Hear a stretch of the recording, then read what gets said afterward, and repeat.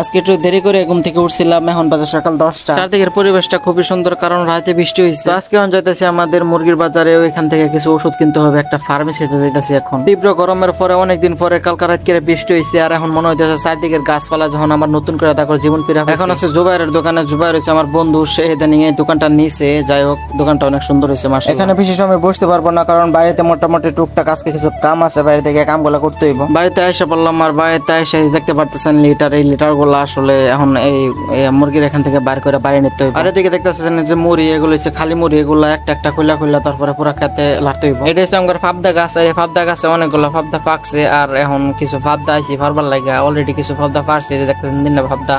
এখন আর গাছে যা ফাবদা আছে সবগুলাই পারা। এখন যেহেতু আমের সিজন, এই সিজনে তো আম খাওয়াই লাগে, এই জন্য কালকে তুফানে মোটামুটি গাছ থেকে কিছু আম পড়ছে, আমগুলো এখন কাটা খাইতেছি। এখন বাজে বিকাল 5টা, আর দিনের অবস্থা দেখেন যে দিনে কি করছে। আজকে আমি ব্লগটা এই পর্যন্ত। সবাই ভালো থাকবেন, সুস্থ থাকবেন।